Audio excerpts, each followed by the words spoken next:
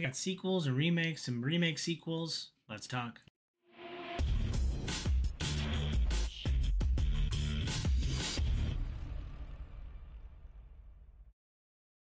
What up, viewers? What up? Calc Soups here, and today is Friday, October 4th, and that means it's time for a quick recap of the week in video game news. Starting off this week, Call of Duty did its quote-unquote live-action trailer this week. As someone who typically likes live-action trailers, I was somewhat unimpressed with this one. I feel like live-action trailers used to be being like a couple years ago, where like high production value and you had costumes and people like, I'm thinking of like Destiny, where it's like, oh, I need the Galahorn made somewhere, and then someone to be holding that on a red set, covered in sand, and like wearing, a full costume and outfit from the game. Like, that's what I think of when I think of like live action, or you do World of Warcraft and like you get people in makeup and you do that. But this was just, this was Peter Stormare kind of replacing people and like in a few kind of different situations, but ultimately it was just like him on a green screen doing something wacky, and I don't know that that counts as a live action. Now, do I want him running around with like an AK-47 shooting people like you do in Call of Duty? Probably not, but yeah, it's just the whole live action thing kind of caught me off guard. But I did love Peter Stormare, and it's quite funny to watch. So I'll have a link down below. You can check it out yourself. But yeah, I usually prefer more high production value live action.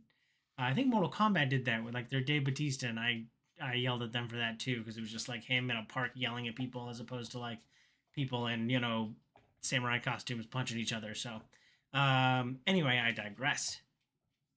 Moving right along, the Silent Hill 2 remake was launched this week. This is the one being done by Bluebird Team, and it's currently at an 87 Metacritic, which is very impressive. And all that to keep that in mind is the original game had an 89 Metacritic. So, I bet it has a lot of quality of life updates. Although I bet there's probably people who like the original so much that they, any change to it was probably, brought it down. I haven't played the original, but I know that it's a highly beloved video game. And I'm curious. I'm just curious what the differences are and how I like Bluebird Team as someone who played through the medium. So, and Layers of Fear, like I think they do good work. So I'm curious to see what the differences are and all that. So I'll be looking to check those out sometime soon. But if you pick it up, let me know what you think of Silent Hill 2 remake down below in the comments. It's always a weird marketing beat to say a game has gone gold. For those who don't know, gone gold is typically when the game is ready enough to be put onto discs. If discs are even still a thing. If you ask Sony, it's not, because they don't put a disc drive on their PS5 Pro. But yeah, the Veilguard, the next Dragon Age game, the Veilguard, is gone gold this week. So it is coming out, presumably when the expected launch date of October 31st. So in just a few short weeks, we should be able to play Dragon Age Veilguard. Now, has there been games that have shifted their ship date even after going gold? Yes, but it's usually an indicator that it's at least coming sometime soon. So I think they'll keep that 10/31 street date, and I do think going gold as a marketing beat in the year 2024 feels a little weird, as discs become maybe less relevant. Ask Sony why their PS5 Pro doesn't have a disc drive. Moving right along, speaking of people talking out their asses, Tim Sweeney talked this week, and he went on long-windedly about how single-player games are dead and AAA keeps making crap and no one's buying it, and it's a shift in the industry. And it's so funny that how many times this, like some CEO of some video game company says there's a giant shift in the industry.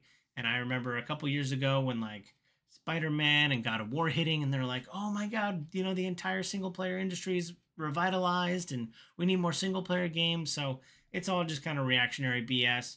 Now I know that, Fortnite has a pretty good death grip over a large majority of gamers out there. So, I won't say that there isn't some validation between like how big Fortnite is, and how, which direction games are going. But the idea that single player games aren't are all dead and are never coming back, and it's a giant shift in the industry, just it's doesn't, and I don't believe it. So I think there will always be room for single player experiences and multiplayer experiences. And I actually think it's harder to make a multiplayer experience, even though it's a bigger, portion of the industry. I think it's harder to make one that feels good playing with your friends for a long time. So at least they got that right in Fortnite. For those people who continue to play or get people in or constantly churn or however that works. So, but I think people always enjoy their single player games, and anybody who says otherwise, I don't think they fully grasp the industry. Moving right along, if you would like to get the Baldur's Gate 3 heroes at your D&D game, you can now do that. There's a pre-order that went live this week for tabletop miniatures for the Baldur's Gate 3 companions. So if you want to play with Asterion or Karlach or against them, you can do that with the new miniatures that are coming out. I think there's a bundle for like 6 characters plus withers. And it's like $50, so that'll get you a majority of them. And I don't know if it's randomized or if you can go out and pick out the rest. So I'm curious what companions didn't make the cut, because there's more than 6 or 7, if I remember correctly. But yeah, I think a lot of people will enjoy getting some more Baldur's Gate, closer to their tabletop. Speaking of tabletop, Halo characters, Halo Spartans are dropping from the ozone and landing on your tabletop. There is a war game that is coming out. There's a Halo war game. I think it's called like Spartan Specialist or something like that. But yeah, like Warhammer or any other kind of miniatures war game. Halo has made one too. And so now you can play, you could reenact Halo 1 in your living room or your kitchen,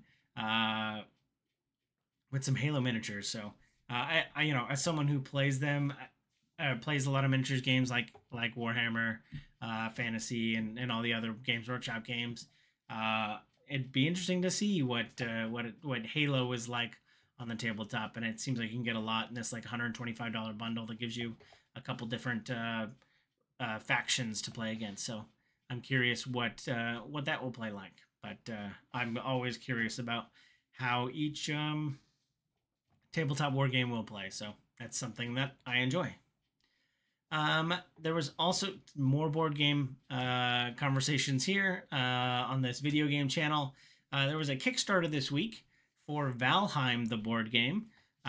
So, and it the beat was that it beat its funding goal on the first day, which, I think is a little bit of Kickstarter juicing the numbers. And I think they always use that as a beat, even though I think the funding goals are cranked down low enough that it's supposed to happen. So it's a little bit less beat. That's a little bit of a tinfoil hat moment, but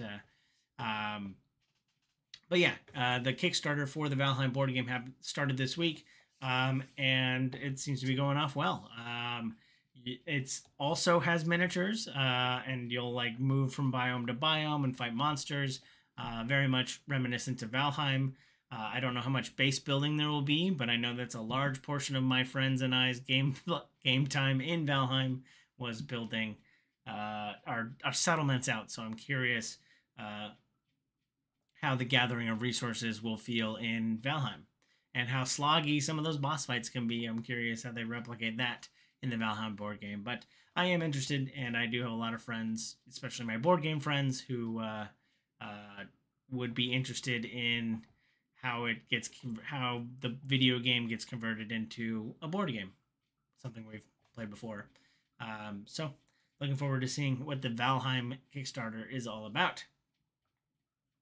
Moving right along, there's a Fallout 33 Vault tin that's coming out. It comes with a small bundle of like some pins, a picture of Kyle MacLachlan, a guidebook, all in time for, I think you can pre-order now, and you should get it before Christmas. So anybody who's looking at my Christmas list and wants to put a nice present for me under the Christmas tree, this would be a good one. But yeah, I was trying to like reconfirm what comes in it. I think there might be a flashlight. But yeah, there's a picture of Hank McCoy, who plays, not Hank McCoy, Hank something. That was his character name. Kyle MacLachlan plays Lucy's dad. And you get a picture of him, and you get a picture of like their wedding day, and there's a couple other maybe like flashcards, or not flashcards, postcards in there too. So it looked like a little fun gift that'd be fun to open up on Christmas Day. So I don't remember the price point was. I think it was like $30 or something. So don't quote me on that, but I think it was around that price point. So nothing too serious when it comes to holiday gift giving. I started this off by talking about remakes, and there's another one that came out this week, Until Dawn, the remake of the 2015 classic. And I say that with some sense of insincerity, because I think the game really much holds up. But apparently there's some added content in this remake, and some of that added content might hint at a sequel, which I think a lot of us have been kind of waiting for a while. I also think one indicator of that a sequel is coming up is when you remake the previous game, because you're like refreshing assets, and you're getting all the pipelines working and retouching the operating system and all that kind of stuff. So, and the game engine. So that, I think, is one easy indicator that maybe they're working on a sequel, is that they've got all the assets in hand now, and they've brought them up to current spec and onto current platforms. And so now all they do is like make the game using all the assets and stuff that already exists. So, but yeah, I think I'm interested to see what this. I haven't actually watched the videos about like what's the differences and all that kind of stuff, and how does it hint at a sequel. But I also like the Dark Picture anthologies, but I'd be very curious what Supermassive does with an Until Dawn 2. Looking forward to potentially talking about that sometime soon. And last but not least, this week, Saber Interactive has already launched successfully Space Marine 2, and I've been playing the crap out of it. And they started talking this week about maybe some future projects, and one of those consisted of Avatar: The Last Airbender, which converting Avatar into a video game sounds like a lot of fun. I know a lot of people, when they were originally watching Avatar 15 years ago, were like always very interested in like the clans and what kind of elements would we use and all that kind of stuff. So I think that'd be very cool to kind of figure out what element do you start as, and how do you learn the other elements, and combining all of those stuff would be very cool. I'm curious what Saber brings to the table.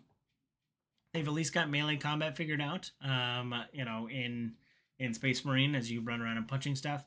I don't know what kind of swarms we would be fighting, because that's another, I think that's the pinnacle of like their technology and what they've been able to do with like World War Z, and now with Space Marine 2 is like their swarm technology is what they, I think what they hang their hat on a lot of the times. So I'm curious how that would get implemented. I don't remember a lot of swarm, like the Avatar fighting off swarms of enemies a lot in the series. So I'm curious, how do you utilize that skill set? So yeah, I think a Avatar: The Last Airbender video game would be quite interesting to a lot of people. So I'm curious how that will turn out.